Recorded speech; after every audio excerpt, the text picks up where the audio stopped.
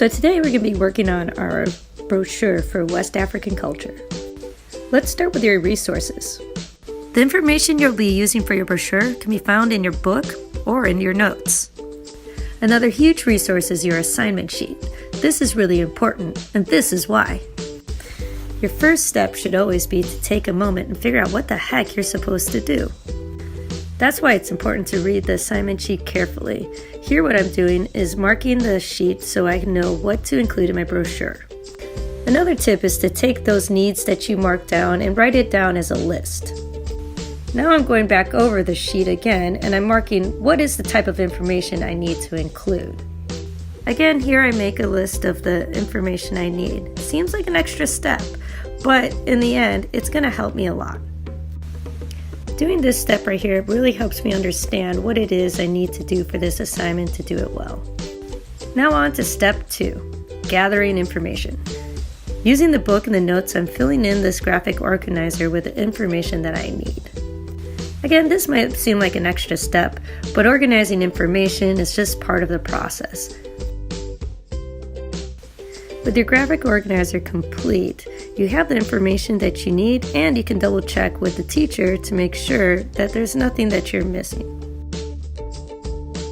As a time saver, if this task is done cleanly, neatly, and with all the information, I'll even allow you to cut out this page and paste it into your brochure. Once your information is gathered, I would include one last step before you start your project, and that is draw a little layout of what you think you would like your brochure to look like. Here I drew dashed lines down to indicate the folds, and then I started thinking about how I would organize the information.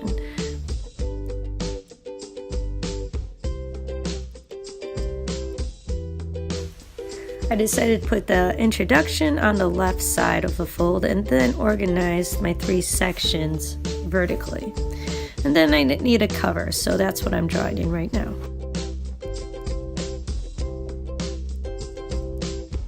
And here's all the work I did to prepare for the final step. Time to start the final project. I'm starting my brochure by folding my paper into thirds. Now this might not be how you decide to do your brochure, it's not a necessary step, but it's how I decided to organize my information and the final product.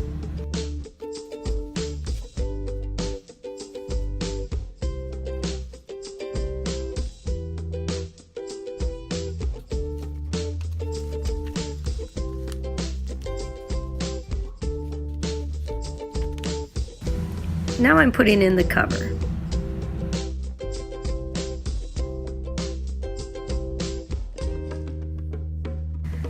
Following the layout design that I created in my preparation stage, I'm starting to add in the information that was in my graphic organizer.